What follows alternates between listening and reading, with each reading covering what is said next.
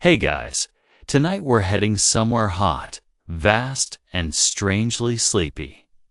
You're in the Australian Outback. Yes, all red dust and distant flies.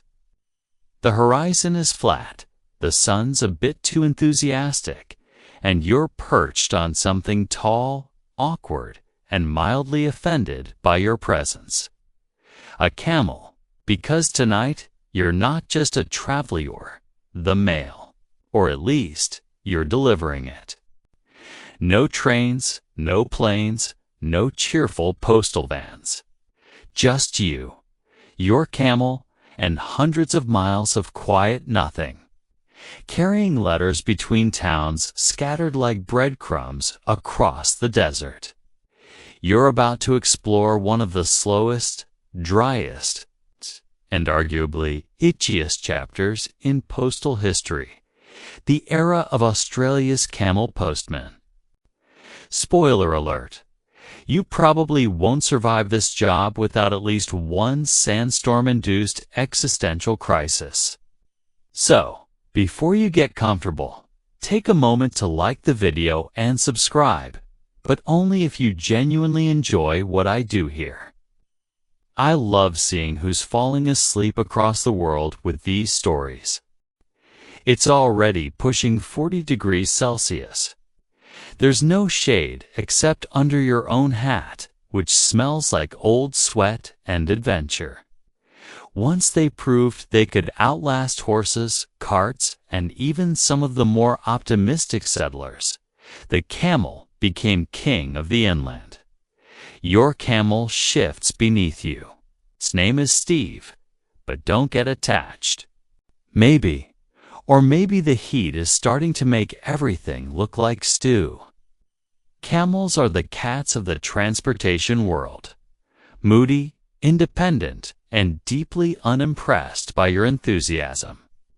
And hey, drop a comment telling me where you're listening from and what time it is there. Camels, on the other hand, were practically invented for this kind of nonsense. You set up camp, rolling out a thin swag and feeding Steve a biscuit that you suspect he finds insulting. Camels have opinions. You eat your own ration something between jerky and regret's hand. Watch as the stars emerge, one by one. Brought in from India, Arabia, and Afghanistan, they could carry over 600 pounds. Survive without water for days, and glare at you with majestic disdain the whole time. Now, dim the lights. Maybe turn on a fan for that soft background hum, and let's ease into tonight's journey together. Australia's interior, the Outback's a land so dry it makes toast look moist. Roads, optional. Maps, vague. Camels. Surprisingly effective. The air smells faintly of eucalyptus and something more metallic like hot tin. He offers you Billy tea and a story about the time he saw a bunyip. You're not sure if he's joking, but you nod politely and pretend to see it too. Dust in the Outback is like glitter at a birthday party. Once it's out, it's everywhere, forever. You re in a speck of a town that exists mostly as a rail siding and a water tank. A crow squawks at you as if judging your saddle posture. The journey is slow. Think molasses on a chilly day, slow.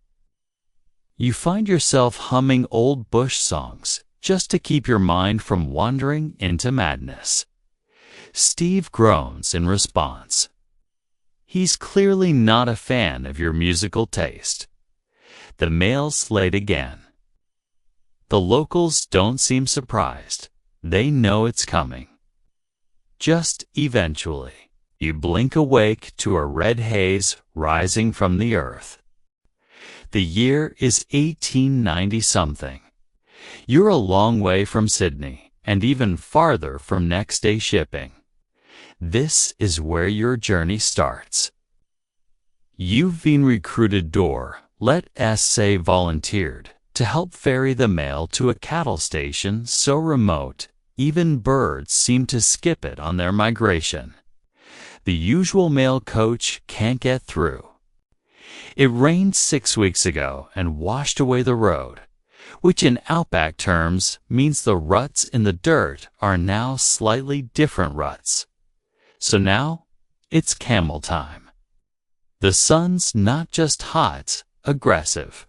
Mail delivery by camel officially started in the mid-19th century when colonial Australia realized, belatedly, that horses don't enjoy heat stroke. Historians still argue whether camels were initially seen as a permanent solution or just an experimental dry season fix. But either way, they stuck around. You guide Steve reluctantly down the track. It's not really a path, more like a vibe. Occasionally, you see a rock that looks familiar. The mailbag beside you is stuffed with letters wrapped in oilskin, meant to keep out dust, which is laughable. You pass a withered tree, half-eaten by termites and time. Eventually, you reach the first checkpoint, a shack with a tin roof and a man named Kevin who only bathes when it rains. Before you ride on, he hands you one last letter to tuck into your already bulging pack. It smells like eucalyptus oil and desperation. The sun begins to dip, painting the sand in shades of burnt orange and muted pink. There's a strange serenity to it all. No buzzing of electricity, no car horns, no notifications, just the occasional grunt from Steve and the endless, velvet quiet. Tomorrow, you'll head deeper into the Outback, toward towns with names like Unadata and Coober Pedy, where letters are treasured like rainfall and Camel Postmen are still remembered, though often with raised eyebrows and jokes about how long they took. But for now, the desert breathes around you. The sand cools beneath your swag, and the mail, well, it can wait till morning. You wake up to the sound of something snorting in your face. Steve, the camel, is peering down at you with that unique blend of mild contempt and chewing indifference only camels can master. His breath smells like old raisins and something green that probably shouldn't be green. Tea from yesterday's leaves and a piece of hardtack that's more threat than nourishment. Steve stomps at the ground impatiently. Even he seems to understand the day's going to be long. The sun hasn't quite made it over the horizon yet, but already the sky glows pale orange, promising another day of unrelenting dryness. You stretch your limbs under the swag, brushing off red dust that somehow found its way into your ears, eyebrows, and dreams. Breakfast. Now, let's talk about those camels. Some thought they could be tamed like horses, which led to some very short friendships and several hoof-shaped bruises. Every so often, you stop to check the mail satchel, mostly out of paranoia. The idea of losing someone's letter out here feels like committing a federal crime. They wore turbans, spoke unfamiliar languages, prayed at odd times of day, and somehow managed to navigate the desert with a serenity that baffled their employers. Some of these envelopes contain news from hundreds of miles away, sent weeks ago of births, marriages, and occasionally passive-aggressive rants about unpaid debts and sheep theft. Others treated them like exotic novelties, dressing them up for parades and Christmas cards. While their skills were respected, they often faced prejudice, particularly as white Australia's immigration policies hardened in the early 20th century. There's no shade except beneath Steve's neck, and even that smells like camel armpit. You pass the carcass of an old wagon, its wood cracked and sun-bleached, the wheels long since claimed by rust or scavengers. More on that awkward tension later, but for now, you just focus on keeping Steve from eating your hat. A mail coach that tried the inland route and gave up halfway, sun-fried and defeated. Not exactly crystal clear. More like the color of weak tea with bonus mosquito larvae.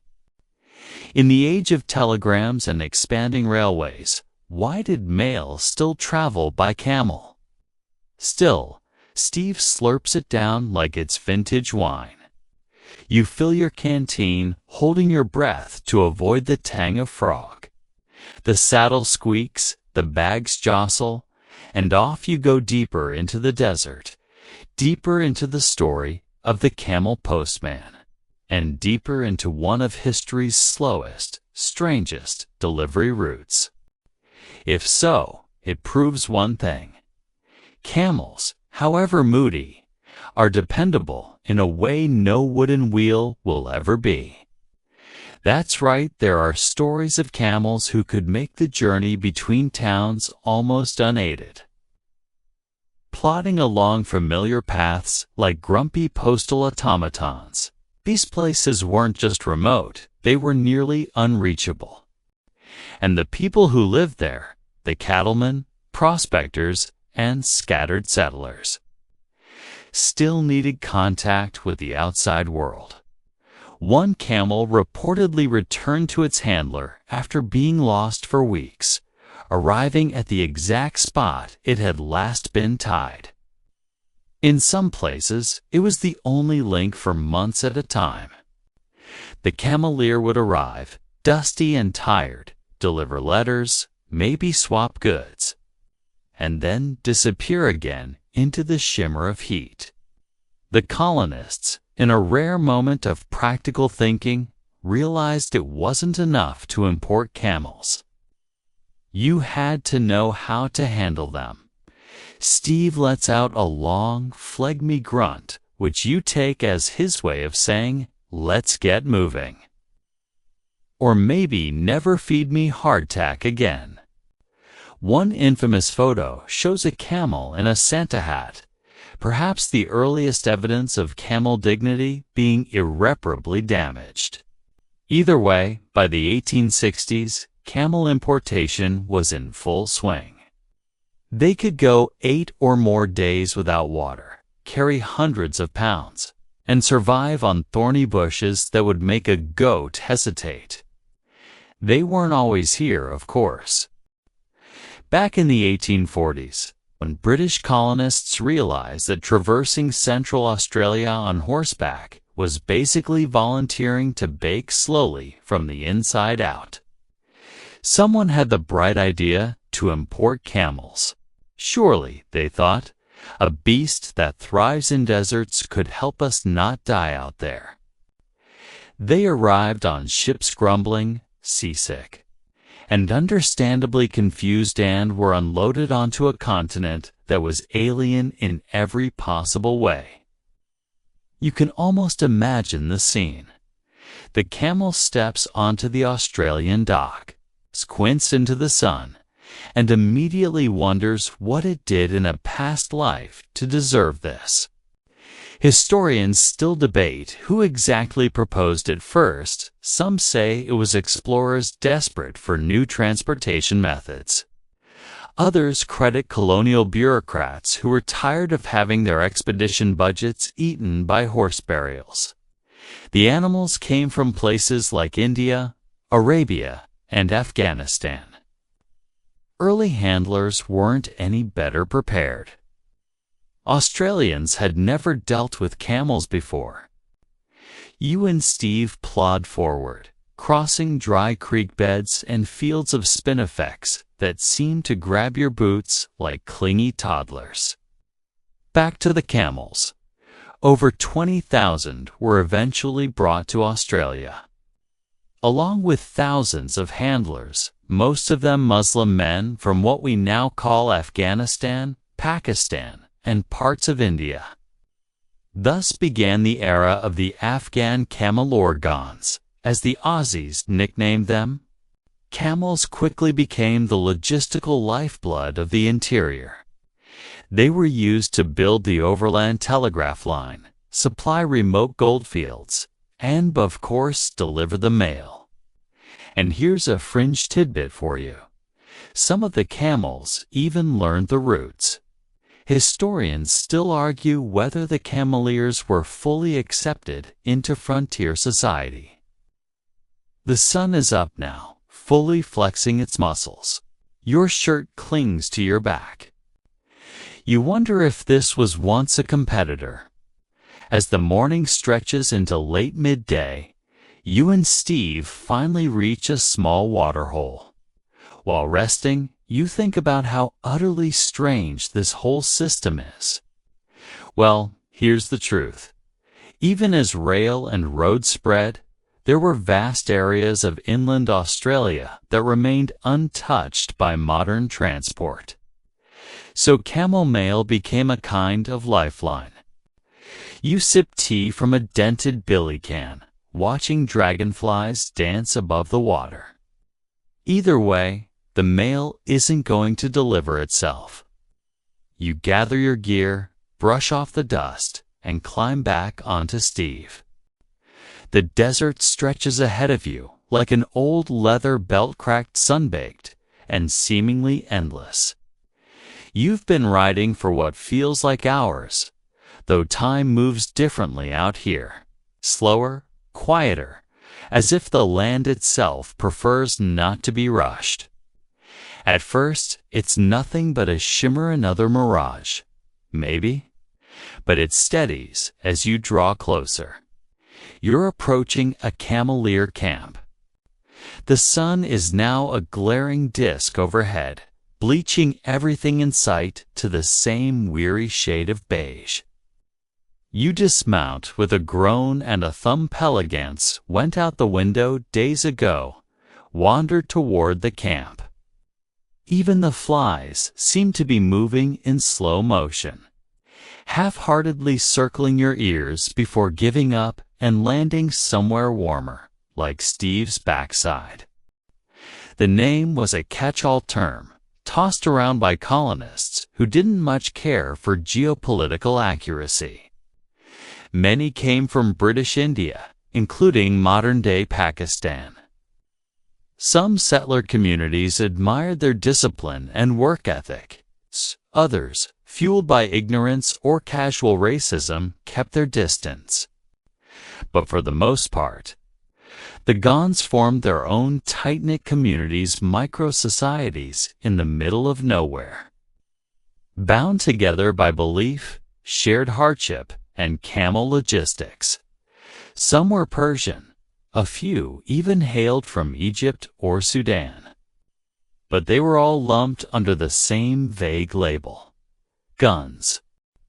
Children dart between the camels, playing a game that appears to involve throwing pebbles at someone's shoe. Someone's always losing.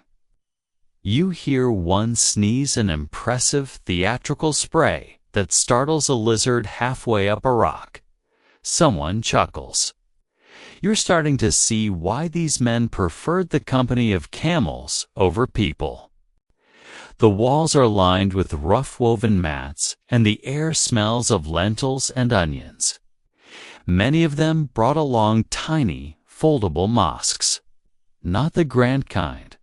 Of course, just a simple tent or structure that could be quickly assembled for prayer. Some even built permanent mosques in larger towns, using local stone and tin roofs. The Adelaide Mosque, completed in 1889, still stands as a testament to this overlooked legacy. There's a rhythm to it, all a kind of dusty peace that settles over the camp like a familiar blanket, spilling across the sky in clusters so bright they make your eyes water. The camp has quieted. Some men are reading worn books under lantern light, and the night air carries the scent of smoke and cumin. Less empty, more alive. The stars fade behind your eyelids, and the night deepens. You re-surrounded by a quiet fraternity of men who have carved a life out of heat and hardship, who've strung invisible threads of connection between the forgotten places of the world. Steve is snoring nearby, curled in a shape that defies logic. One of his legs twitches, dreaming of stomping, perhaps. Others sit cross-legged, counting prayer beads or rolling cigarettes with practiced ease. You re-handed a tin plate and a chunk of bread as a stew bubbles over a small fire. You continue your journey. A shape begins to form on the horizon. They carried everything from fence posts to flour, mining gear to mail. They crossed deserts others wouldn't dare approach, and did so with a consistency that made even the Postmaster General raise an eyebrow in appreciation. They prayed 5 times a day, unfurling small rugs on red dirt and turning to face Meckwich. Depending on who was watching, might be loosely interpreted in any direction. Their camps were often built on the fringes of towns, if allowed at all. Yet they endured, year after year, trip after trip, mile after mile of sand. It's a modest setup. A cluster of low canvas tents anchored with stones, a few camels lounging in the shade of scraggly mulga trees, and the faint smell of spice and smoke on the wind. One of them gestures toward a stool beside the fire. You sit, feeling the heat of the coals through the soles of your boots. A kettle hisses gently, perched on a ring of blackened stones. The scent of cardamom and boiled leaves drifts through the air strong, bitter, and oddly comforting. The cameleers greet you with quiet nods. You sip the tea. It tastes like dust and resilience. These are the Afghan cameleers, though. Technically, many weren't from Afghanistan at all. They wore long robes and turbans, kept their beards neat, and followed the rhythm of Islam even in the most desolate parts of the outback. Historians still argue whether their religious practices were largely respected or merely tolerated. You look around the camp. One man repairs a saddlebag with quiet precision. Another kneels in prayer, facing the setting sun. You're invited into a larger tent for dinner. Inside, it's cool and dim. You eat in silence, the only sounds being the clink of spoons and the soft gurgle of cooking. Camels groan outside, occasionally shifting in the sand. The cameleers were essential to Australia's inland development. Without them, infrastructure projects like the overland telegraph line connecting Adelaide to Darwin might have stalled entirely. But despite their value, they remained outsiders, barred from voting, from buying property in many places, from marrying outside their communities. One fringe tidbit. You finish your meal and step outside. The stars are beginning to bloom above you. You find a place near your pack and lie back on your swag. The sand beneath you is warm. The desert feels different tonight. It's not just about mail anymore. It's about memory and movement, and the strange persistence of those who refuse to be erased. You close your eyes. The morning arrives not with a shout, but with a soft sigh, a pale blush of pink light creeping over the horizon and painting the red dirt with gold. You wake up with a stiff back, sore knees, and the faint impression that you've somehow become part of the ground.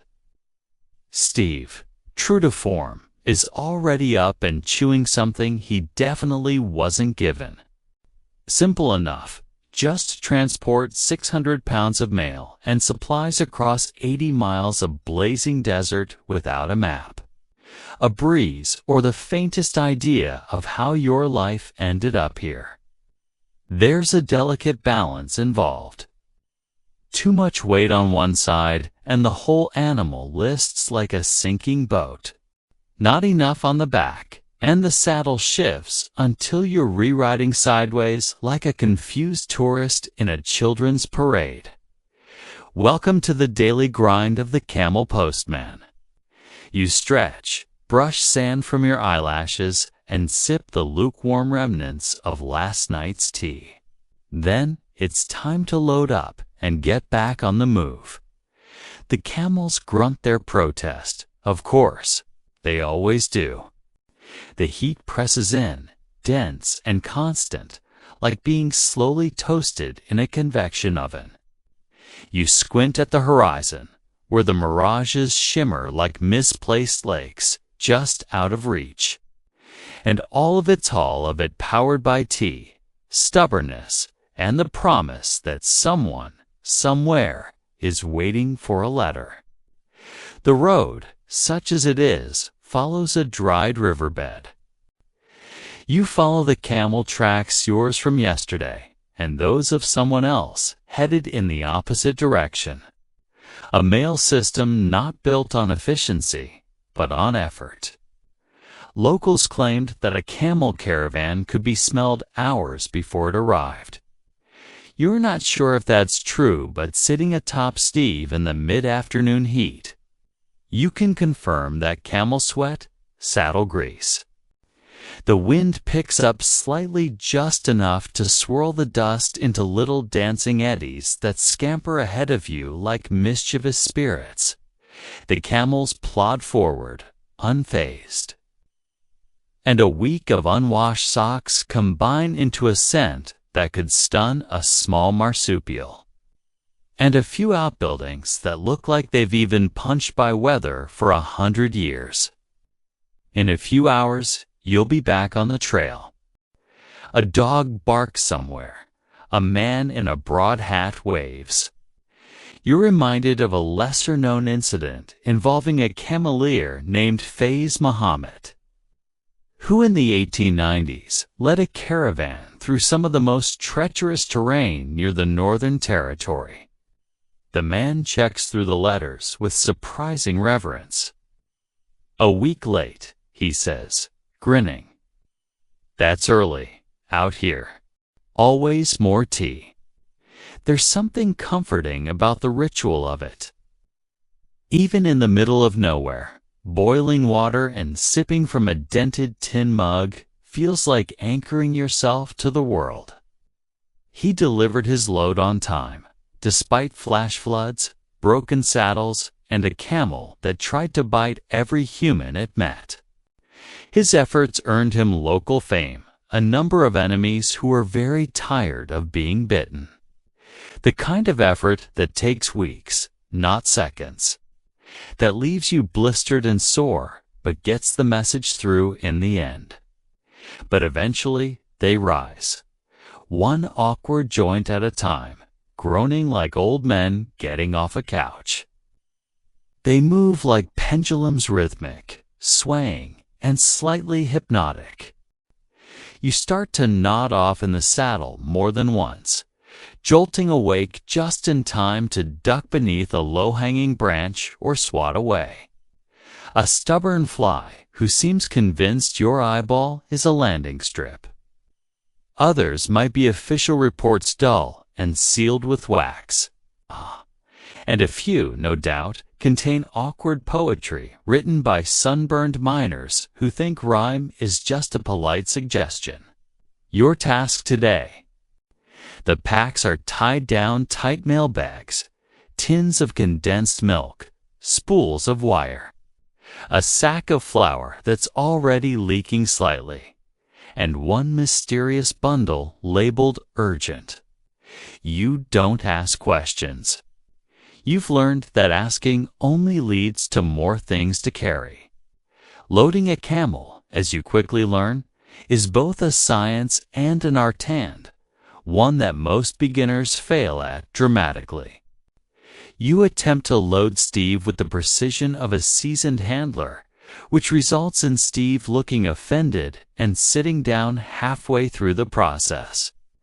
He stays seated for a solid 10 minutes while you bargain with him in English, which he understands just well enough to ignore.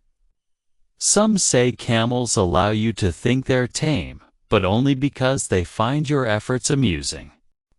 Others suggest that camels are the only animals that genuinely hold grudges and remember your mistakes for years. Historians still argue whether camels were truly domesticated in the same sense as horses or dogs.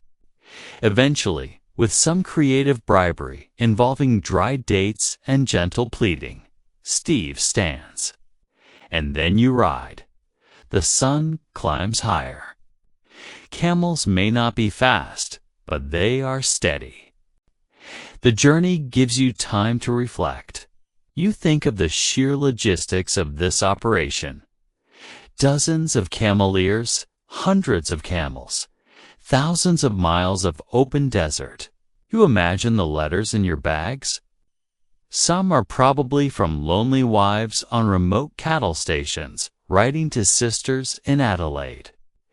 There's something oddly moving about it all. This slow, grueling journey powered by human connection. And while the idea of Camel Postmen may sound quaint now, it was deadly serious work. One fringe detail you recall: there were occasional complaints about how the camels smelled. You pause under a lone tree for a brief lunch: tinned beef, stale damper, and more tea. After lunch, you repack, remount, and move on. By late afternoon, your destination comes into view: a cattle station with a windmill turning lazily in the heat. You climb down, groaning, scracking, nearly collapsing, and untie the mail. You refill your canteen, rest your legs, and wait as Steve eats something vaguely plant-like that was never meant to be eaten. But for now, you sit in the shade, boots off, sipping tea that tastes like victory and camel hair. You don't so much wake up the next day as unfold, creakily, from whatever shape you collapsed into the night before. Your hips hurt, your back hurts. You're convinced your bones are now subtly rearranged to mimic camel posture, and a stale bit of damper that may once have aspired to be bread. You start your morning task, packing Steve again. And you still have 3 more stops before the week's run is done. And a set of boots someone paid good money to have delivered from Adelaide. You wonder if the boots are worth the trip. Then again, maybe out here, decent boots are worth more than gold. After a breakfast of more tea, then the mailbags fluffed and tucked like weirdly precious pillows. Blankets and feed sacks are wedged into corners. You add ropes, tighten knots, step back, and squint like a master chef inspecting it. Today's load is heavier. Another satchel of mail, some bolts of cloth, tins of peaches that weigh far more than the joy they'll bring. Now comes the tricky part: arranging it all so Steve doesn't quit the job halfway through. You try to ignore the sweat dripping down your spine and the constant shifting of the saddle beneath you. Your thighs feel like they're gripping sandpaper. Your hands are blistered from rope burn. You see flocks of gallus wheeling overhead, pink and gray against the endless blue sky. Every now and then, a kangaroo darts across the track ahead, pausing just long enough to look confused at your mode of transport before bouncing away. You haven't seen a proper wall in 5 days, and honestly, You're beginning to forget what a pillow feels like. You consider melting, but settle for just grumbling. You stop for lunch under a thin patch of shade, cast by something pretending to be a tree. Not a melody, more like a series of grumbles and throat rumbles. It's not clear if he's content or plotting a mutiny. The sun's low now, casting long shadows that make every bush look like a lurking creature. You're sweating through your hat. You pour warm water from your canteen. Chew on dried beef that seems immune to digestion. Others claim it was sheer luck, or subconscious tracking skills developed through repetition. Either way, you're grateful. There's a young man waiting there, his face half covered in dust and his shirt damped from hauling firewood. He's got a pouch of letters to send and a tin of tobacco to trade. You hand him his mail. He offers you half a biscuit and a story about a goanna stealing his lunch. 20 minutes later, you spot a pile of stones you passed yesterday. Somehow, impossibly, Steve remembered the route you forgot. You follow it for an hour before realizing nothing looks familiar. Not that anything really ever looks familiar in the desert, but this time the wind has changed and the tracks are gone. And try not to think about how long it's been since anything felt cold. The stars wheel overhead. Steve sighs and lies down beside the shed, casting a long, weirdly elegant shadow in the firelight. Packing a camel is part Jenga, part psychology. You can't just strap everything on and hope for the best.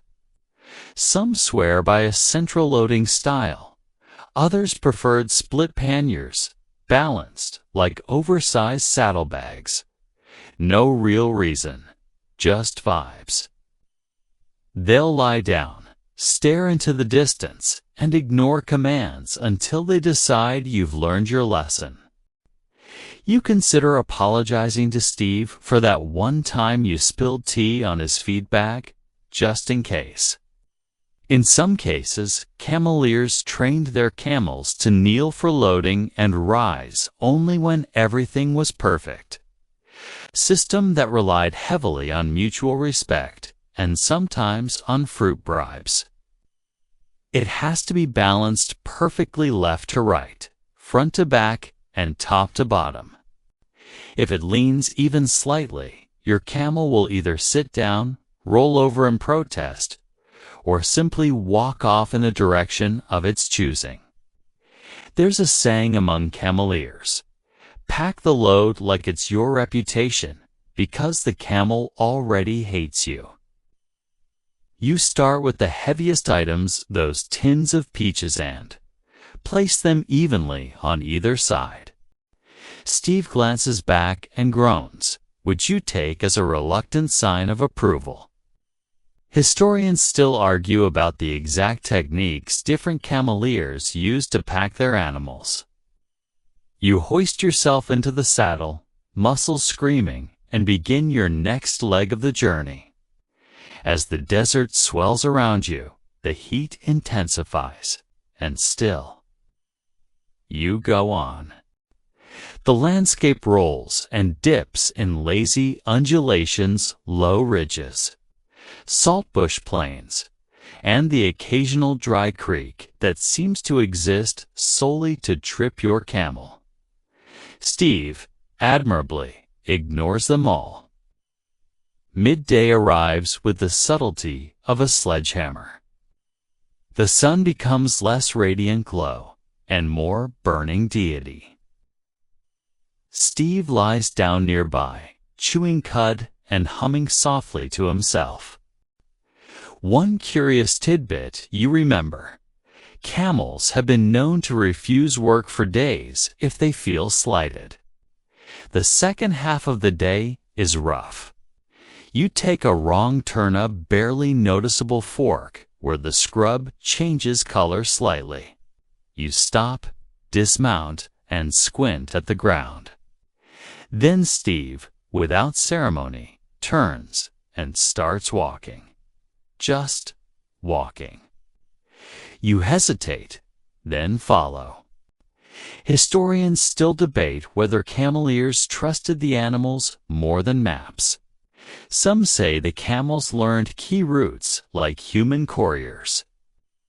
By nightfall, you reach your next waypoint, a water tank and a tin shed that passes for a depot. You sit by his fire, nursing your last cup of tea. You realize you're getting better at this. The soreness is duller now. The packs balance faster. The dessert doesn't feel as empty. And Steve, well, you think he might tolerate you. Maybe? You awaken in the dark to the sound of chewing. Not menacing chewing, just the slow, deliberate kind of mastication that only a well-rested camel can produce. Steve is up early, already nibbling at a thorny bush like it's the breakfast buffet at a questionable hotel. His tail flicks lazily. He doesn't even look at you. You roll out of your swag and groan as your spine files a formal complaint. Everything aches. Even your earlobes feel dusty. You rinse your face with half a mug of water and contemplate your cracked lips in the reflection. Fewer parcels, a handful of letters, and one suspiciously squishy package wrapped in cloth. You try not to think about what's inside. Based on prior experience, it's either cheese, soap, or something that used to be one of those things. Somehow, your skin feels both sunburned and wind-chapped, nature's double feature. Occasionally, a bird calls harsh and echoing, like a rusty hinge. The camels plod on, indifferent to the scenery. The nights, too, are a thief of rest. Turns out it was Steve, licking condensation off your canteen. The betrayal still stings. You strip off your boots and massage your feet, which now resemble cracked leather maps. You sip warm tea and stare into space. Sleep in the Outback's light, twitchy, full of sudden snaps in the dark sticks, breaking, wind shifting, animals snorting in the night. You're always listening, even while you dream, always waiting for something to go wrong. No urgency. No one shouting for you to be faster, smarter, or more productive. Just wind, sand, camel, and sky. Out here, time doesn't march, drifts. There are no emails, no traffic jams, no second-guessing what someone meant by "per my last message." Only the steady thump of camel feet and the occasional gust of dust that smells faintly of nothing and everything. She nods at you as if she's been expecting this exact arrival for 600 miles. They've seen it all before. That's the thing about routine in the Outback, it becomes muscle memory. They would recite prayers, hum quietly, or simply count steps to calm the mind. She hasn't seen a face besides her own in the mirror for nearly a month. She talks quickly like words are muscle she needs to keep limber. And if you've got news from Birdsville, I want to hear it. It was survival, in a way not just from the heat or snakes, but from your own thoughts. Some diaries mention dust, madness, a slow onset blend of boredom, exhaustion, and a deep desire to hold a conversation with someone who doesn't chew cud. The tying of knots, the balancing of bundles, even the rhythm of your steps alongside the camel's loping gait. It's not fast. A cooking fire, another depot, a camp, hard to say. But you adjust course. It's not glamorous, but it works. You lay your swag near a fallen log, warm from the day's heat. Steve lies down without being asked. You pull the mailbags close, not because they're valuable, but because they feel like something worth holding on to. The mailbags are lighter today, thank the stars. And only your thoughts for company is not ideal for staying alert. You find yourself dozing in the saddle. Just tiny nods at first, then longer blinks, then full-on mental disappearances. The shadows stretch long and crooked, and the desert takes on that golden hush it wears before evening. You move early, riding into the blue-gray hush before the desert truly wakes up. The ground crunches underfoot, and your breath fogs slightly just enough to remind you you're alive, and that your canteen is probably too empty. You load Steve quickly, almost instinctively now, and he doesn't even protest. The air is surprisingly cool this morning, which only means one thing. It'll be unbearably hot later. You pass dry gullies, twisted trees, and rocks arranged by nature with a surprising flair for drama. And now comes the part they danned to warn you about in the job description: sleep deprivation.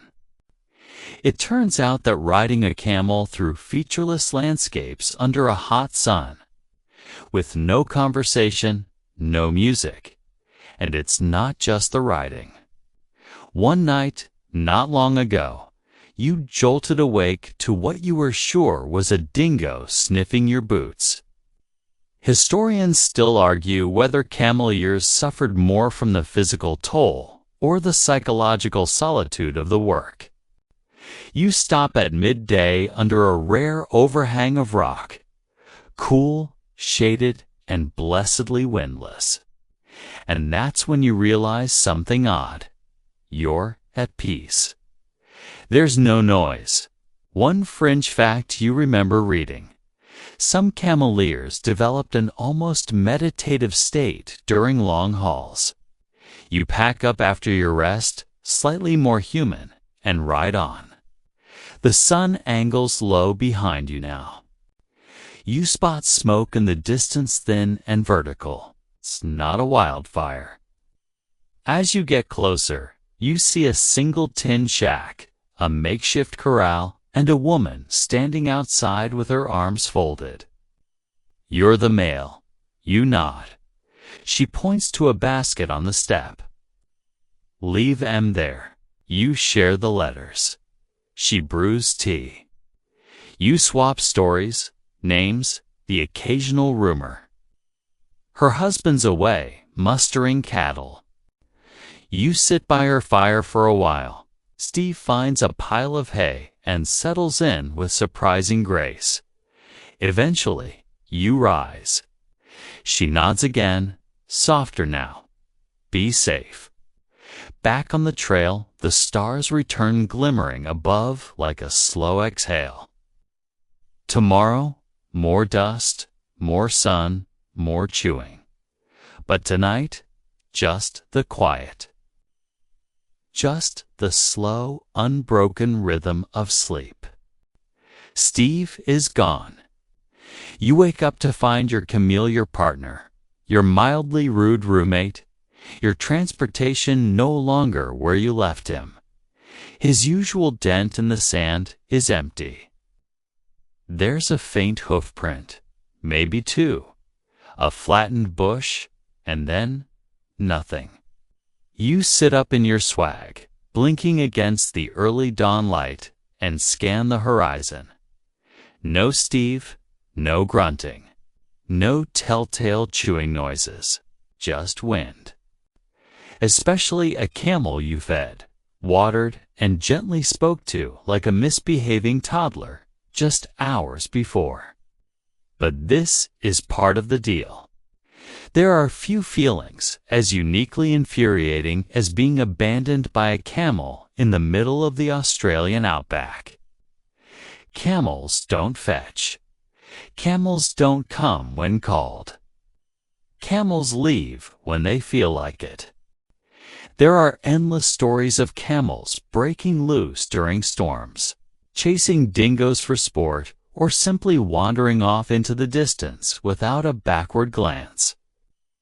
His expression unreadable, but clearly unimpressed by your pace. Historians still argue whether cameleers ever truly controlled their animals or merely existed in a fragile truce with them. After 20 minutes of trudging, muttering curses you'd never say in front of your mother, you spot a silhouette on the ridge. As you approach, he blinks at you slowly, then turns his head as if to say, "Took you long enough." The path is narrow, winding between ridges of ironstone and scattered termite mounds that stand like forgotten statues. The heat presses down like a heavy blanket, and you stop beneath a stand of ghost gum's white trunks gleaming in the sun, their bark curling like old parchment.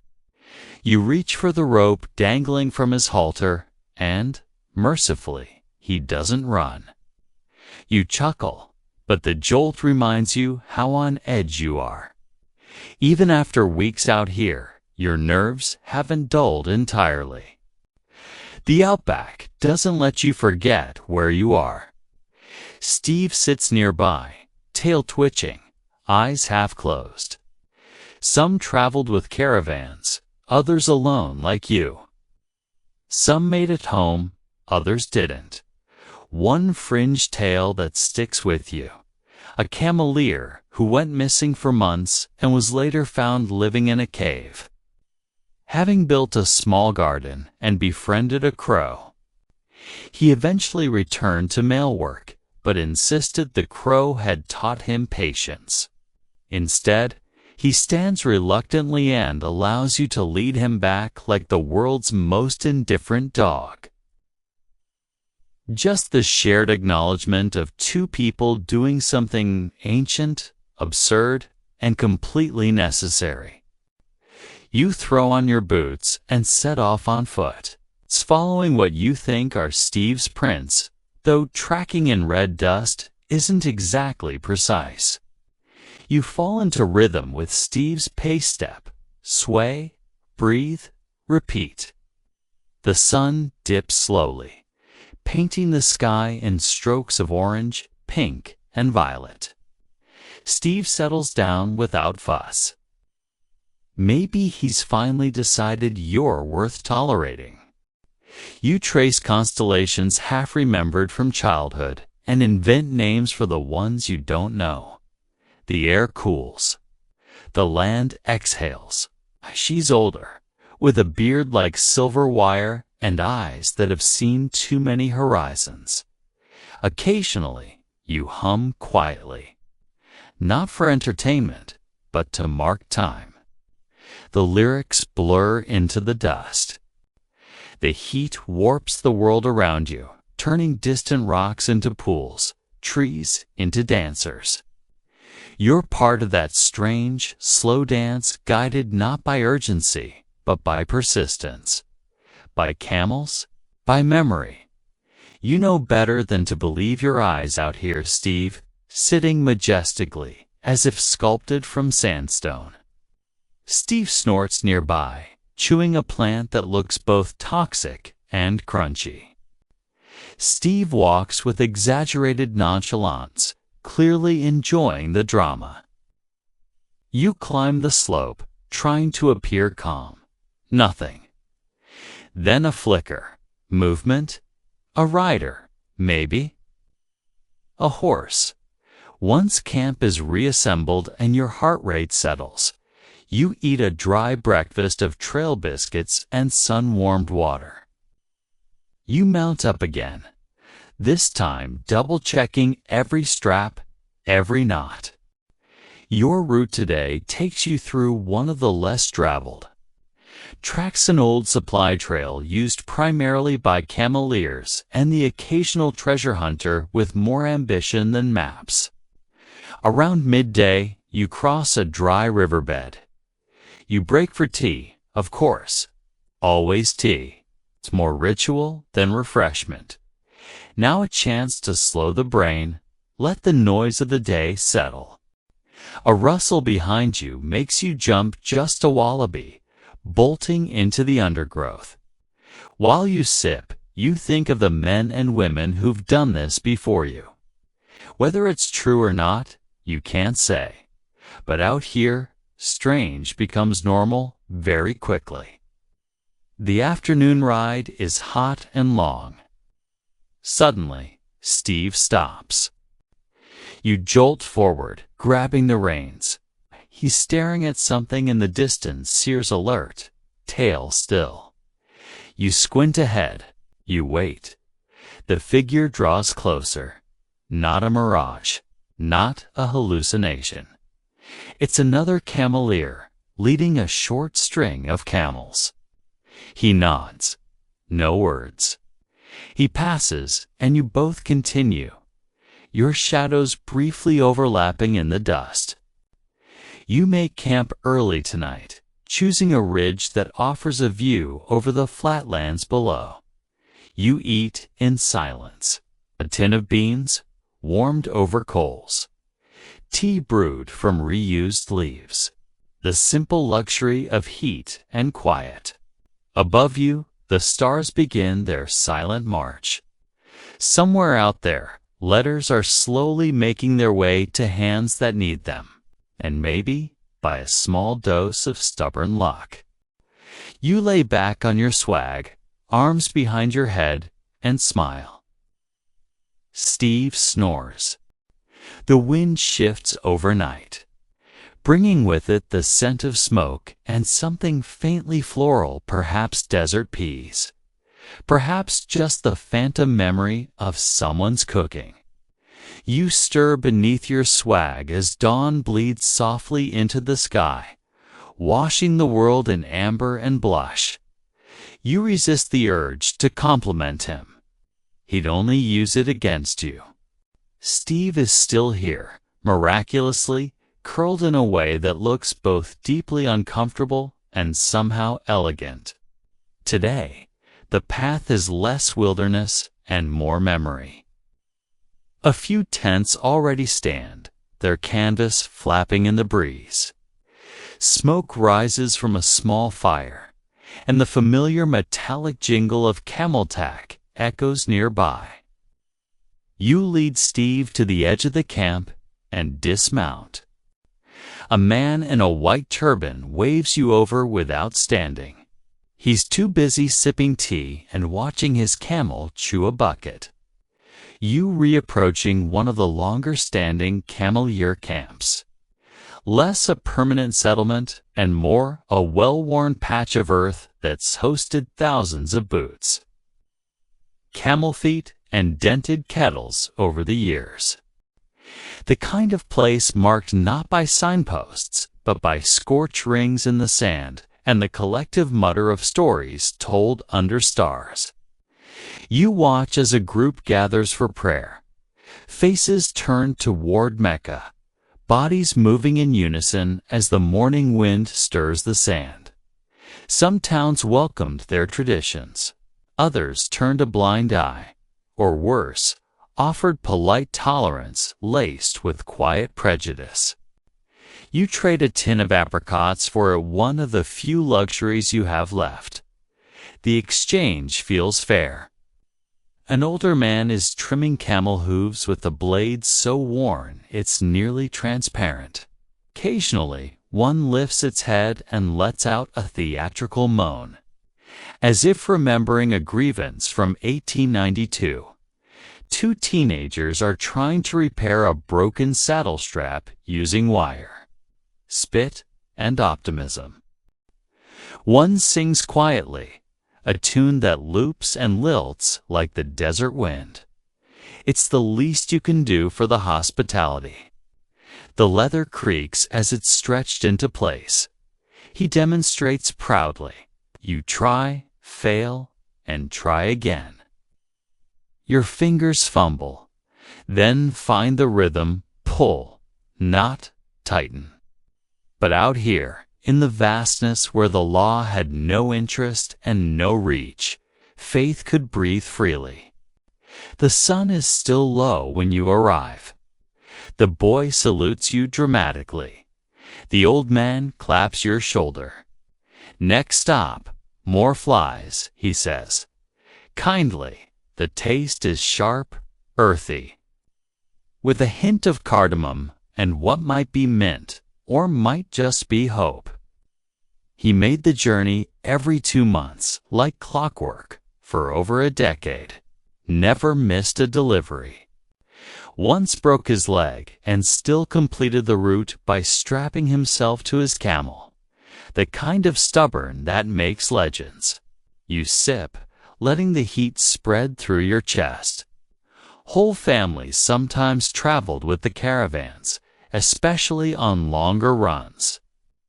You see it now, a community woven from sand, prayer, and stubbornness. One man claims he saw a camel fight a saltwater crocodile. Another swears his camel once outwitted a pickpocket in Port Augusta.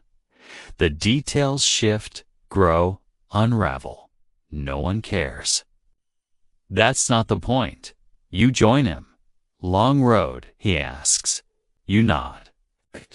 Long enough? You ask about it. The man tells you it's a Mimbara portable prayer pulpit, sometimes used for Friday sermons in the bush. He taps it lightly and smiles. We bring what matters, he says. He pours you tea black, bitter, spiced. The camp is alive now. A boy tosses feed to a small herd. A woman tends a cooking pot suspended over coals, stirring with one hand while balancing a baby on her hip. The murmur of conversation blends with the soft huff of camels and the occasional clatter of tools being mended. These cameleer camps weren't just pit stops, they were tiny, mobile villages. One fringe detail you notice: a small wooden box with intricate carvings sitting just outside a tent. You nod. It's a truth that resonates in your bones. A makeshift mosque stands at the camp's edge, just a flat canvas roof held up by 4 wooden poles. A prayer rug beneath, and a hand-drawn compass nailed to a post to indicate the Qibla. Historians still argue how much religious freedom these early cameleers were afforded. After prayers, someone brings you bread still warm from the fire. It's flat and chewy, dusted with ash, and tasting of generosity. You wander the camp. The camels themselves form a slow-moving backdrop, peating, sleeping, glaring. You sit again by the fire and listen to stories. Some are historical, others outright mythic. One tale you do remember clearly: a famous cameleer named Abdul Wali, who led the longest continuous mail run of the era, over 1,500 kilometers through some of the most desolate land in South Australia. As the sun climbs, you help repair a broken pack harness. Later, a young boy shows you how to wind a scarf against the dust properly, tucking it at just the right angle, so it won't flap or strangle you mid-gale. The cameleers don't laugh, but they do smirk. Steve stands off to the side, chewing and pretending not to watch. By mid-afternoon, it's time to move on. You pack, mount, and thank your hosts. You ride out as the camp fades behind you, just another flicker on the red horizon, tucked back into the folds of the land. You carry more than letters now. You carry their stories. The road ahead is dry, but your heart feels less so. The heat builds in layers today thin at first, then growing thick like syrup poured over your shoulders. You've left the cameleer camp behind, and the silence has returned, vast and humming. Steve, apparently rejuvenated by social contact, walks with a slightly perkier pace, as though he's now part of a union and expects better working conditions. And that leads you to wonder about the letters themselves. The writing is loopy, fading, barely legible. Addressed to Miss Adeline Croft, Coober Petty, with a little heart drawn beside her name. You smile.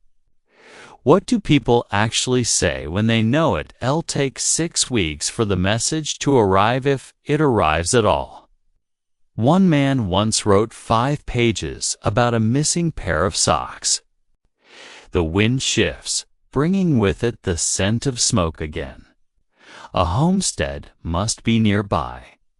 A woman sits on the porch mending a fishing net, though there's no water for 50 miles in any direction. Habit, maybe. 5 pages. When there are no roads, no clocks, no guarantees, writing a letter feels like an act of defiance. You're saying, I exist. I am here. I want you to know that. She clutches them like gold and doesn't open them right away. Her husband's off fixing a windmill. Her youngest just turned 6. Her oldest wrote from Adelaide to say he joined a theater troupe. She says the word theater like it is a foreign spice. She hasn't yet decided if she likes. Instead, she offers you tea and a slice of something claiming to be cake. It tastes like flour and hope. Your mailbags are lighter, but not empty. A few sealed envelopes. A small parcel tied with blue string. It read only, Don T. Forget to put oil in your boots or your soul will leak out your feet. You didn't understand it. You still don't, but you respect it. A sack of mail tied under a tree limb. A tin can containing a carefully folded newspaper. One time, someone left a note inside a glass bottle, jammed into a hollow log.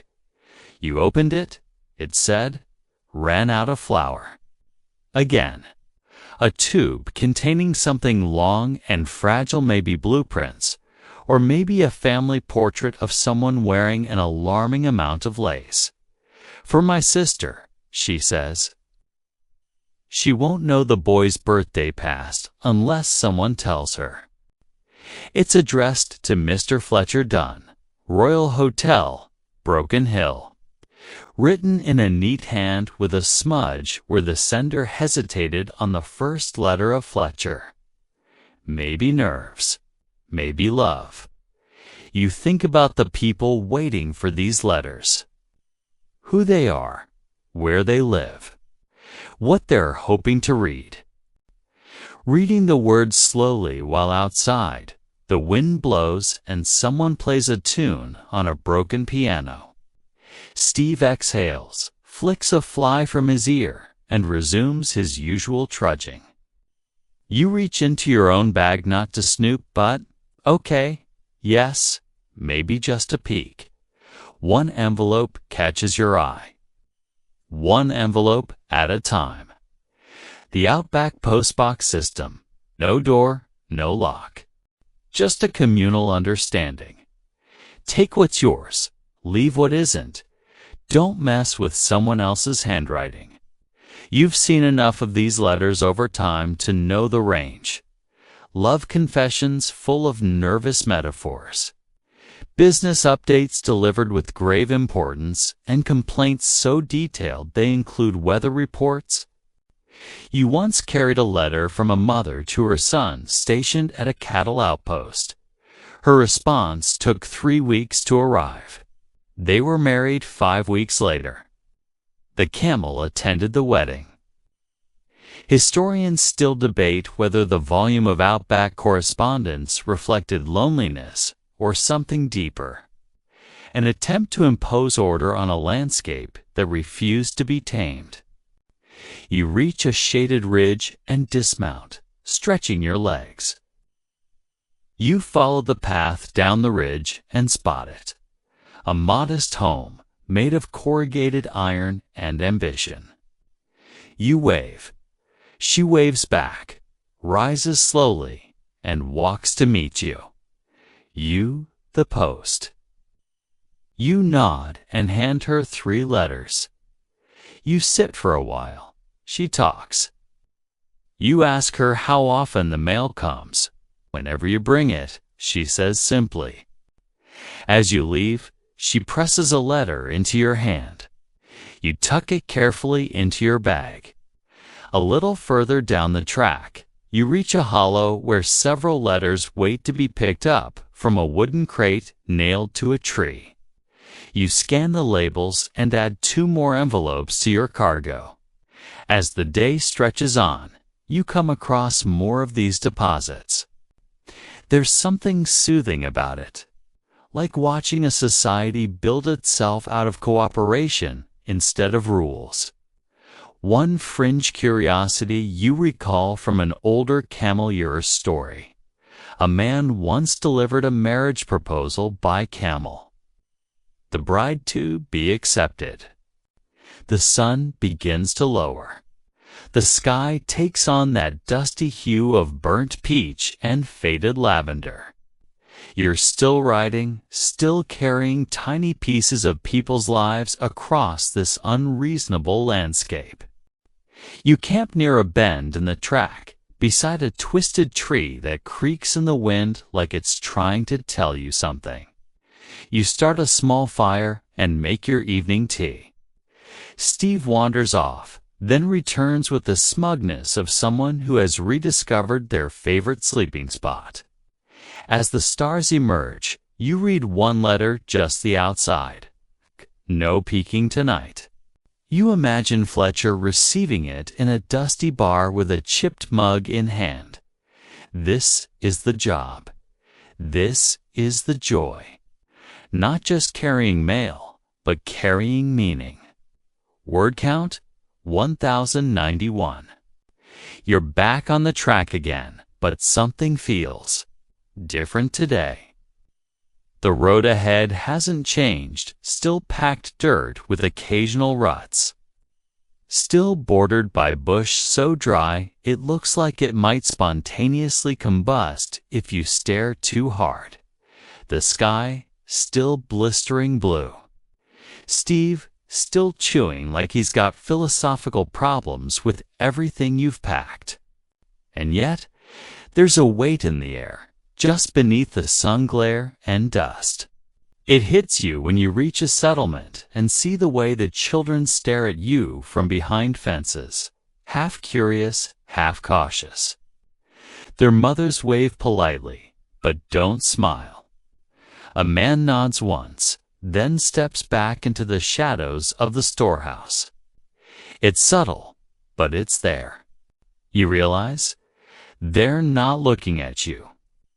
They're looking at Steve, and by extension, what Steve represents.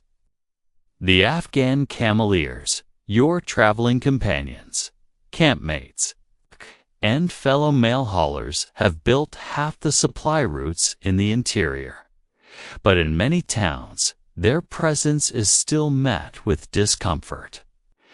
Maybe it's the unfamiliar clothing. Maybe it's the faith. You pause. Steve snorts. You turn away from it and keep going.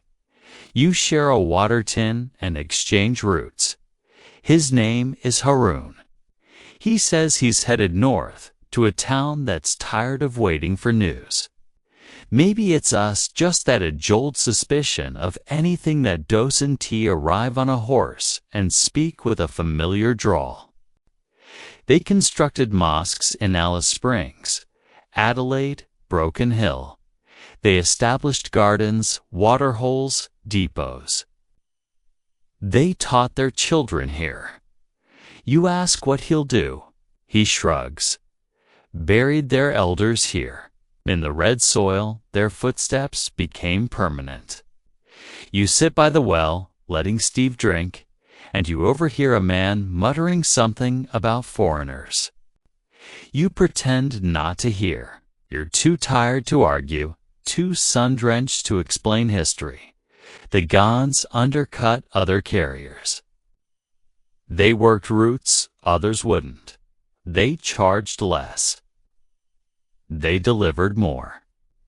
Huvi sent money back home and carved lives into a place that never quite let them in. You oblige. You've come to respect his standards. You think of the boy at the camp who taught you to tie a turban and smirked when you got it backward. And they did it with calm precision and zero fanfare.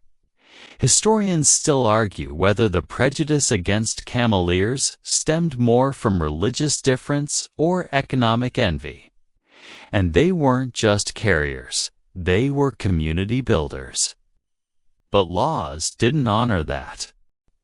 By the early 1900s, the White Australia policy had taken firm hold. Immigration from Asia and the Middle East was restricted.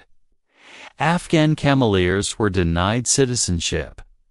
You trace a few with your finger, naming them after roads you've taken and ones you've avoided. Many were forced to register for permits to travel, despite living in the country for decades. You ride past a sign nailed to a post outside a sheep station. It reads, "No camels beyond this fence." Later, at a small depot, you meet another rider, younger man, eyes sharp, with a slight accent and a camel that's clearly better groomed than Steve. You laugh, then realize he wasn't joking.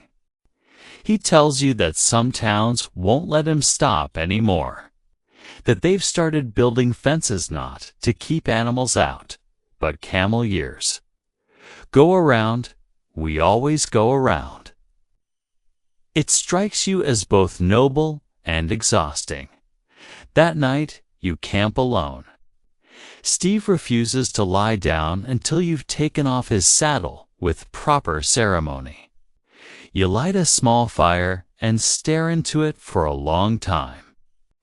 You think of the men you've met, the ones who've walked beside their camels for hundreds of miles, who've prayed on red earth beneath indifferent skies. You think of the woman at the homestead who accepted your tea but didn't invite you to stay. You realize this history is both beautiful and broken. It smells like cardamom and sweat, like ironstone and ink. And you're part of it now.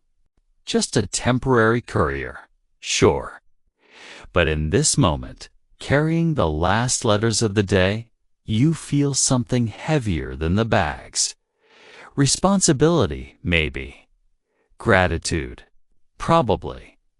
Steve makes a noise, deep and nasal, then flops onto his side like a felled sofa. The sky above is crowded with stars. A shooting star streaks across the black. You don't make a wish. You already have what you came for: dust, distance, and the dignity of doing something quiet and important. Even if no one claps for the Camel Postmen, especially then. You wake up early today, not because you want to, but because Steve decided to sneeze directly into your face. A moist, dusty exhale of regret and grass-scented vengeance. You stretch, pack, saddle up, and find that your shoulders aren't quite as sore as they used to be. Your legs swing over the saddle with a little less groaning. You drop in the letters 3 of the mand, tip your hat to no one in particular. The place is silent, except for a windmill creaking in time with the breeze. Steve still gives you side-eye, but he doesn't bite your boot. It's almost like dare you say it, You've become a proper camel mailman. You sit up, wiping your eyelids with your sleeve, and accept that sleep is over. You hum a little tune as the sun begins its slow climb. The horizon simmers with heat and haze. Dust kicks up behind Steve's feet like soft applause. Still, something feels different. Today's route is wide open. No towns, no settlements. Just the road, the sky, and your camel. Your first stop is a cattle station with 2 buildings, a cranky goat, and a mailbox made from an old kerosene tin. You sit under the awning while she tells you that the last mailman lost a camel to a flash flood and had to finish the trip on foot. That was 3 summers ago. They still talk about him like a folk hero. As you continue down the track, you pass a weathered sign nailed to a tree. You ride across open plains so wide they feel like the bottom of an upside-down ocean. The place is nothing more than a corrugated iron shack with posts stenciled on the door in faded white paint. A young boy meets you there, eyes wide, holding out a tin cup of water like it's a sacred offering. No trees, no shade, just the occasional boulder and your own thoughts. Steve doesn't seem bothered. He's achieved some sort of Zen enlightenment you haven't unlocked yet. It rattles. Mail comes when it comes. Don't ask. You laugh aloud. That, you think, could be the national motto of the inland. The time his dad fought off a snake with a frying pan, and how he wants to ride camels one day. You brew tea, chew on some salted meat, and open your logbook. You sketch the route, you mark your stops, you write a single line. They clapped this time. Historians still debate whether camel mail was considered a real postal service or just an interim fix. When you handed over the mail, 3 children clapped. It meant connection. It meant someone remembered you. It meant you mattered, even out here where the land forgets footprints in a day. They didn't know your name, but they clapped, just like that. The logs crack softly. Steve snorts in his sleep. You've got sand in your socks and camel hair in your tea, and somehow it all feels right.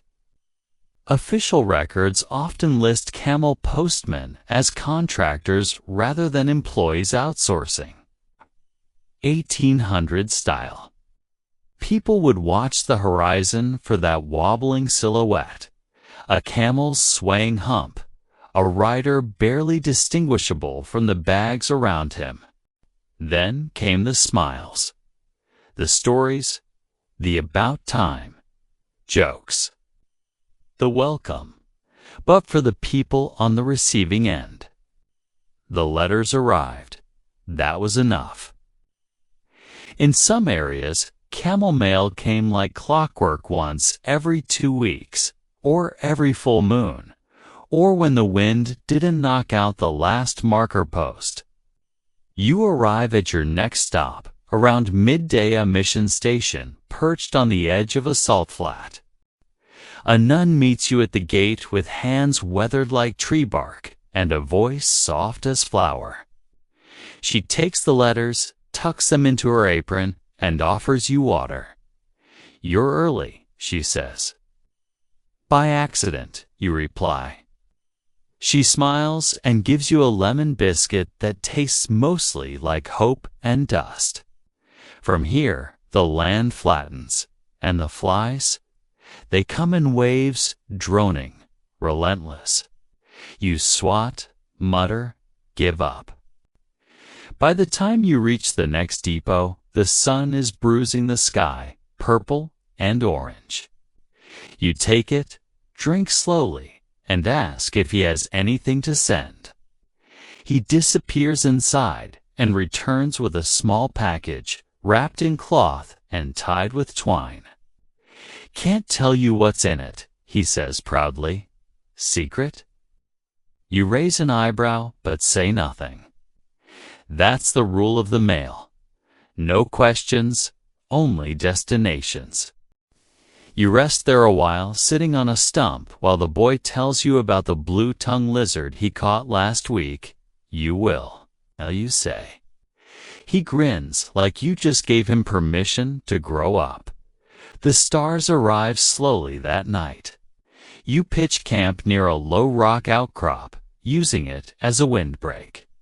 Steve lies down without Dremel, weighs a gift. Yes, that happened earlier, back at the mission. A round of applause for something so simple, so slow, so steady.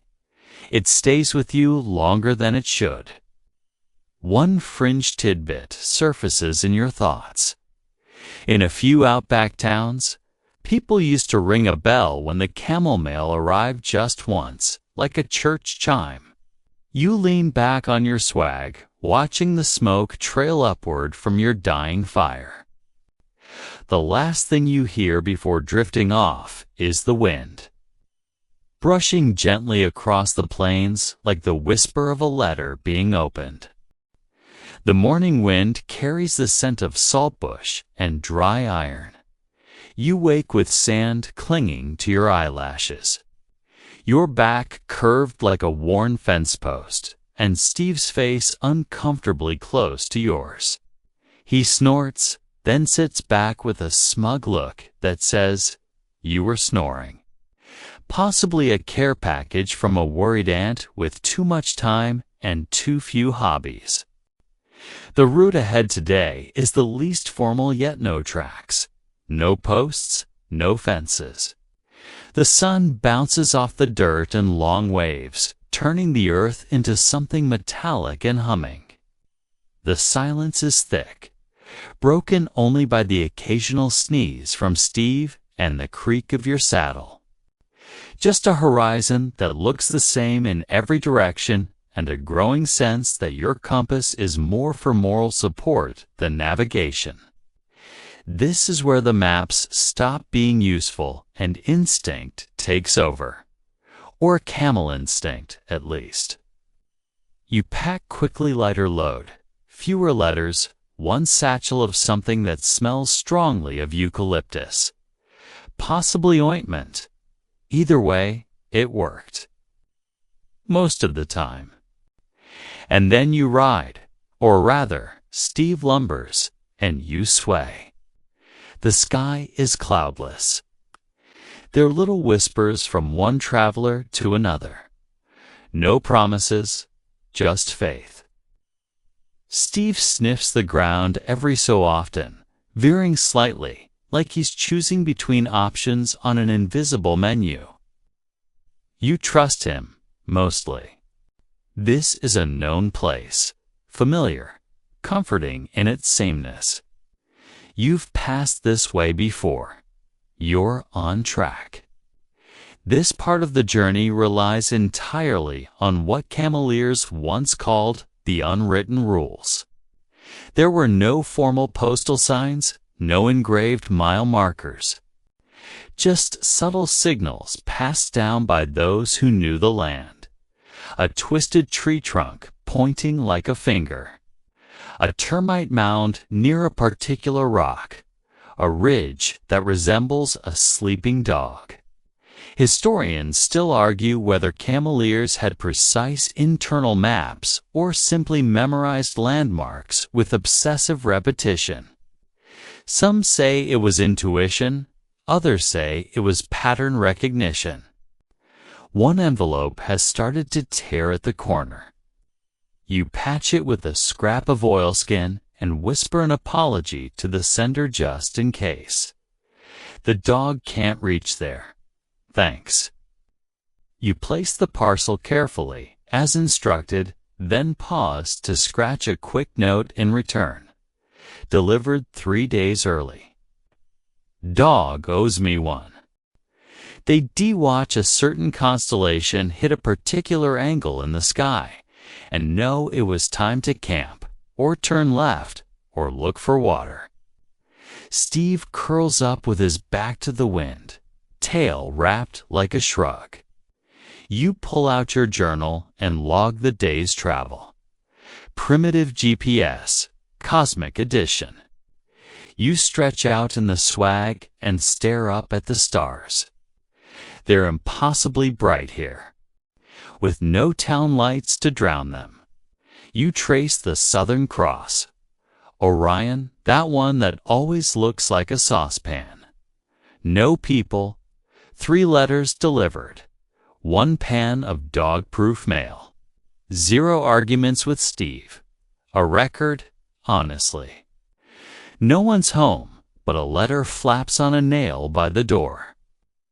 You read it out loud, to no one. Steve drinks from a puddle the size of a dinner plate. You sip tea that tastes like boiled leather and satisfaction. And when it didn't, well, that's how new ghost stories are born. You pause at midday near a dry creek bedets. Banks eroded into soft steps, its bottom strewn with animal tracks and old tin cans.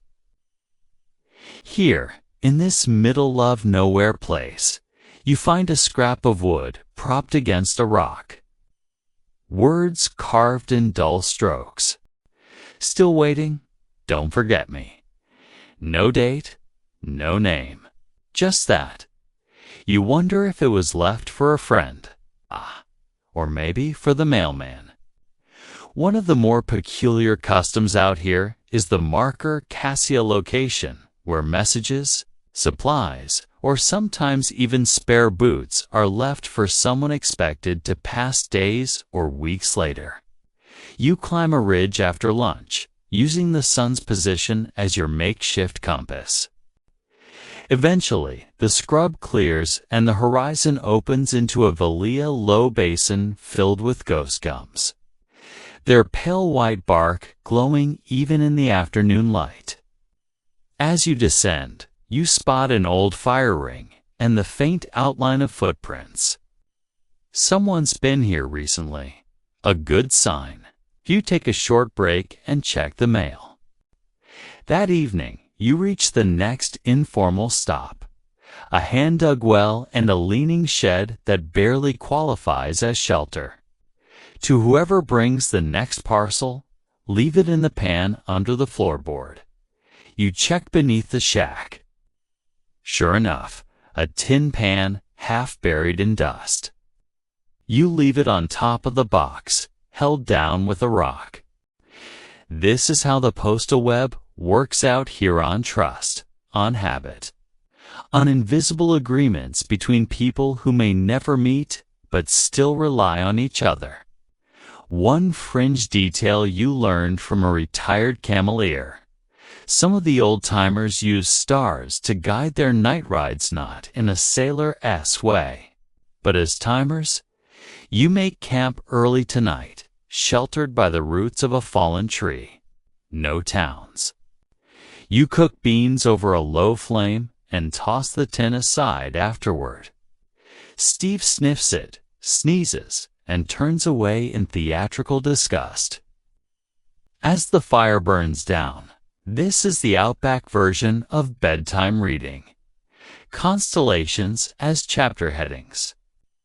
Wind as your narrator, and sleep as the next inevitable step. You close your eyes, the letter safe, the camel calm, the world at least for now in balance. Today feels different. Not in the ominous something's going wrong way, but in the quieter, weightier sense that comes when you realize something is about to end. You rise before dawn, instinctively now, brushing off sand, adjusting your hat, stretching the stiffness from your shoulders. There are only 2 parcels left in your satchel, and both are destined for a depot not more than a day's ride from the nearest rail siding. That's what makes it strange. This is likely the last long run. After this, the tracks take over. Steve eyes you as you pack. The land feels familiar, now not just in form, but in personality. You recognize that rock formation shaped like a slouching man, that dip in the road where your boots always fill with dust. That twisted bush where Steve once attempted to eat an entire bird nest. Steve lets out a long exhale, then rises, almost gracefully. You suspect he knows too. You chew your breakfast slowly dry biscuit. A smear of something claiming to be jammed. Sip your tea as the sky shifts from purple to pink. The mailbags are nearly weightless now, as if the job itself has grown shy about ending. You begin the ride through open plains, sun on your face, wind pushing gently at your back. But it's a hub of sorts. A rail spur runs behind the station now, visible in the near distance. You untie the last 2 parcels and step up to the front door. A woman answers. Young, sunburned, with tired eyes and a smile that's more habit than happiness. The line gleams in the sun. You hear a faint whistle somewhere. A train is approaching. It's not just landscape anymore. It's a series of memories. You think about the first day you set out inshore, awkward in the saddle, sweating through layers and second-guessing every decision. You've come far since then. You know how to shift your weight to ease the ache in your knees. No more dust-bitten letters, tea with strangers, or navigating by trees that look like chickens. That you carried every letter, made every stop. That you never once left someone waiting without at least trying. From here, progress hums on tracks and burns petrol. He squints at your camel, jots something on a clipboard, then asks if you'll be coming through again. You know which shrubs will scratch and which will snag. He's already wandered to the side of the shack and begun eating a bush like it owes him money. You let him. The camel post was a ritual, a rhythm, a relationship. You thank him, pocket it, and climb back into the saddle knot for delivery now, but just for the ride back. That first depot with the runaway goat. The cameleer camp, where you learned how to fold a scarf. The message carved into the log. The children who clapped. The dog-proof parcel pan. The nun who offered lemon biscuits. The fire is smaller than usual. Your tea, slightly sweeter. You feel the weight of the last day settle into your chest, not heavy, just present. Machines don't pause for tea. They don't know when a dog at a depot likes to chase letters. They don't leave notes under floorboards. No destination. The rail lines are stretching like metal vines across the country, promising connection without the smell of camel sweat. You know which cloud shapes signal wind and which ones mean water. Not paid, not scheduled. Just because. Because someone might need something. Because a road doesn't stop being a road when the contract ends. But now, trucks are coming. Motor lorries. Petrol-powered boxes with wheels and ambition. The newer stations are already using them faster, shinier, louder. Historians still argue whether the switch to mechanized transport was progress or a kind of loss. Sure, it was faster. But faster isn't always better. You crest a low ridge and see a sure final stop. It's not much. A weathered shack, a few fence posts, a water tank half full and rusting. You dismount. Steve groans, then kneels without being asked. Mail? You hand it over. She thanks you and closes the door without ceremony. She's probably waiting on the train. You turn back to Steve. This route, this tradition, it's done now. No more weekly hauls. But it's not all sadness. There's relief, too. Relief that you survived it. You lead Steve to the rail siding, where a rail worker waits beside a platform that barely qualifies as such. You shrug. Probably not. He nods slowly. Shame. The man hands you a tin of tobacco. Trade, he says. One fringe note you once read. After the last official camel post routes closed, some cameleers continued anyway. You understand that now. You camp that night beneath a stand of trees that smell faintly of honey. Steve curls nearby, chewing contentedly. His load gone, his work done. You watch the stars appear and trace your route backwards, not in miles, but in moments. The places blur, but the feelings stay. You lie back on your swag, hands folded behind your head, and listen to the night. For once, there is no urgency. Just the hum of wind, the crackle of coals. And Steve, breathing steadily, beside you. The next morning, you rise slowly. There's no rush. No pressing deadline. No parcels thudding against your side as you mount Steve, who seems unusually cooperative, perhaps even contemplative.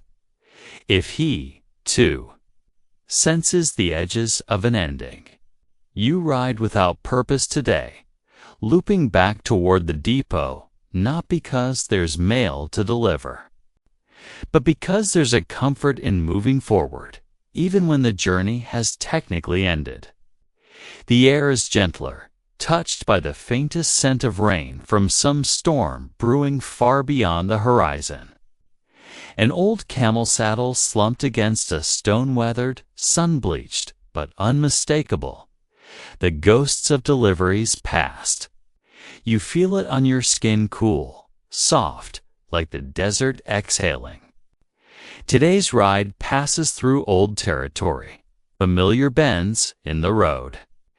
In the way the land remembers the shape of a hoofprint, longer than it remembers a politician's name. A tiny flower blooming in defiance of the dirt. The way Steve's tail flicks in perfect time with your breath. A lonely tree with initials carved deep into its trunk. JD loves M. Purposefully, because this is the part you don't rush. The old depot you passed on day 4, the one with the tin roof and the woman who offered tea and biscuits without smiling. She's outside again, hanging laundry on a line strung between 2 acacias. The part that teaches you how to leave something behind. Moments later, she returns with a mug of teen-spoken offering. You sit beside her garden, which is somehow greener than it has any right to be, and sip in silence. 1906. You passed that tree weeks ago, the first time 2 rushed to notice. A crested bellbird, maybe, or a trick of the wind. You lean back, eyes closed, listening not for directions or danger, but just for the music of the bush. Now you pause to trace the letters with your fingers. Most towns have long since paved their roads and forgotten the men in turbans who brought them thread, prayer beads, and postage stamps. Blank, sealed. No name, she says. Just drop it somewhere. Someone loved someone here, or tried to. The trail winds through a shallow valley, and you begin to spot the remnants of the past. Rusted tin cans crushed underfoot. A broken spoke, half buried in sand. Historians still argue how much of the Camel era remains intact, whether these traces are studied enough, preserved enough, appreciated enough. But out here, history lingers not in books, but in silence. One last campfire. One last pot of tea brewed from reused leaves and quiet pride. Steve sits beside you, snorting occasionally at invisible grievances. You no longer flinch at the noises.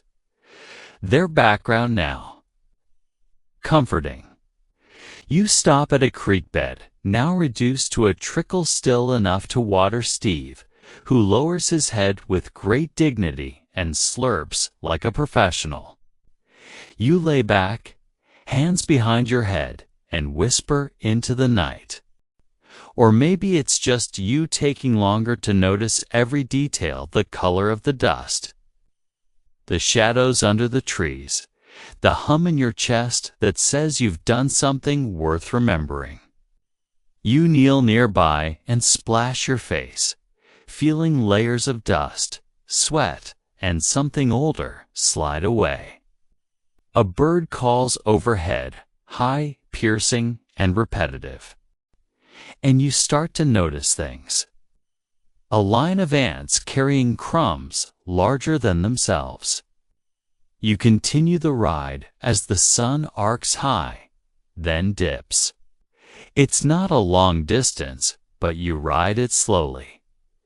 Mid-afternoon, you reach a familiar outpost. They dress up, load letters into old saddlebags, and walk a short stretch of the route. Not to play history, but to touch it again. To say, this mattered. She sees you and tilts her chin. You still at it. You shrug. Last loop, I reckon. She nods once and disappears inside. After a while, she says, "Got a letter this morning, from my sister." You smile, says she's coming to visit. Your smile softens. Forgot I'd even written her. That was months ago. Mail's funny like that, you say? No, she replies. You're funny like that. When you stand to leave, she does something unexpected. She hands you an envelope. You nod. You will. Back on the trail, Steve walks a little slower. A fringed tidbit surfaces. Long after Camel Mail ended officially, a few Outback towns held Camel Post Days. Not as reenactments, but as living acknowledgments. You stop for the night just short of the final depot. You take out your notebook and write a few lines. No more letters, no more destinations. But I know where I've been, and that might be enough. As darkness wraps around you, the fire flickers low, and your breath mingles with the smoke. Well, mate, we delivered it all. Steve grumbles something approving. You both fall asleep to the sound of crickets and the soft ticking of memory, counted not in hours, but in hoofbeats. The final stretch.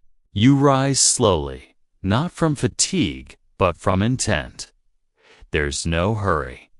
The depot is close, maybe a few hours by camel-less if Steve is feeling cooperative, though history suggests otherwise. You smile at him as you pack, moving through the motions with a kind of quiet reverence. Saddlebags, blanket folded just so. Even if there's no mail to carry now, there's a rhythm to preserve.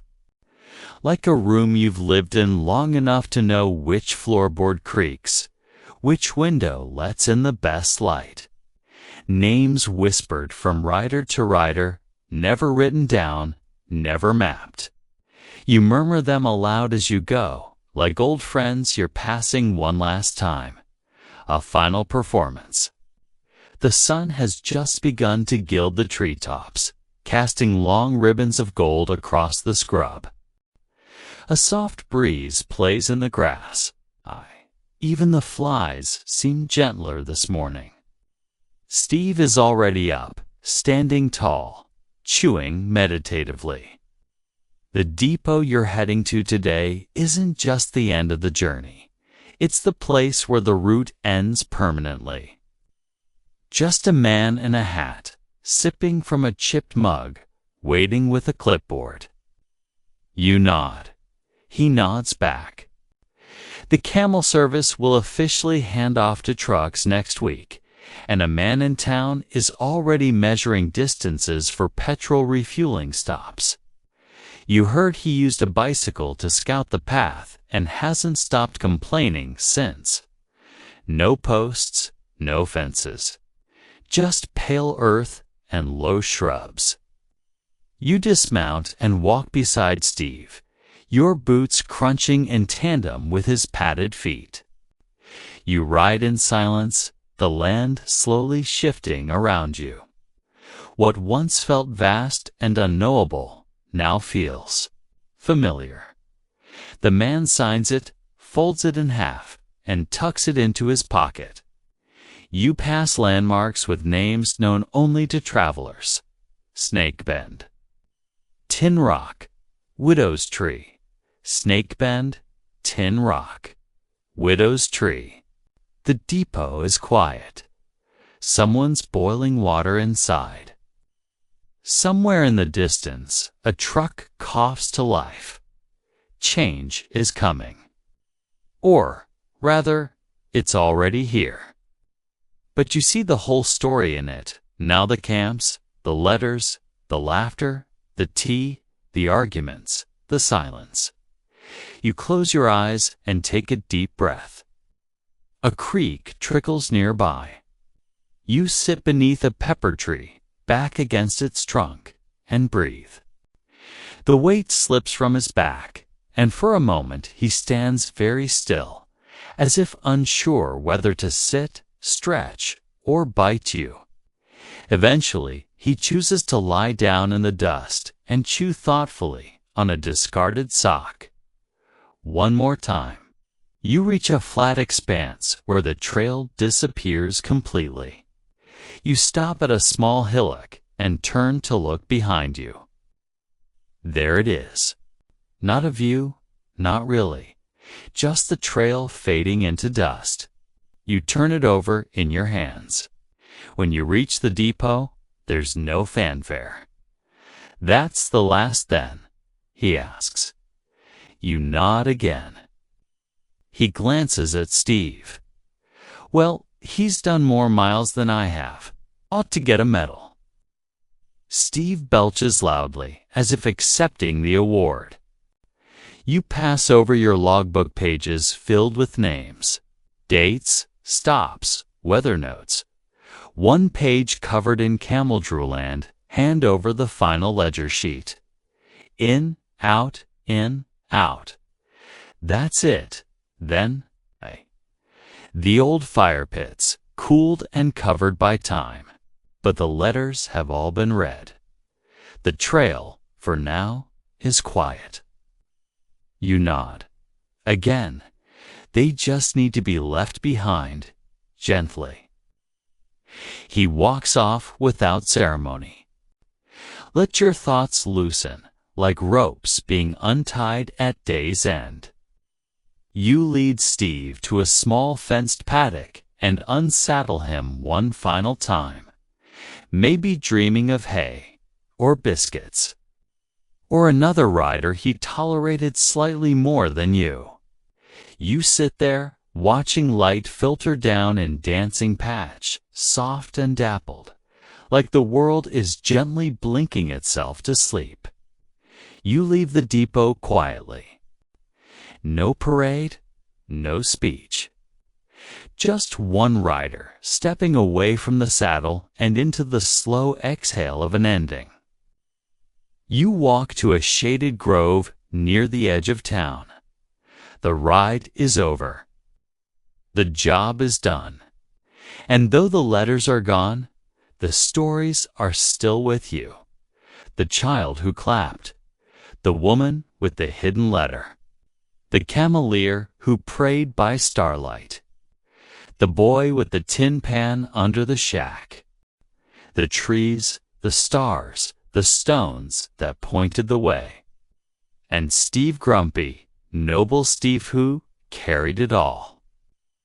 You pull out one last item from your coat pocket, the blank envelope from the woman on the station, the one she asked you to drop somewhere. No name, no stamp, just trust. You slide it beneath a flat rock at the creek's edge, add a single gum leaf for good luck, and smile. Some letters don't need delivery. Wind down, the breeze sighs through the leaves above, slow and even. Your hands rest on your knees. Your breath settles into a rhythm as natural as hoofbeats. You let yourself sink. The Camel Post is gone, now folded into history, into stories like this one. The roads remain, the ridges, and maybe, in a world moving faster every day, that quiet is worth remembering. So rest now. Let the dust of the road fall away. There's no destination left, no parcel to carry. Just you, breathing in the stillness. Steve, in his own way, is probably already asleep. The stars begin to show again, faint pinpricks of silver emerging like old friends. Close your eyes. The journey's over. You've done enough. Sleep, traveler. Sleep well.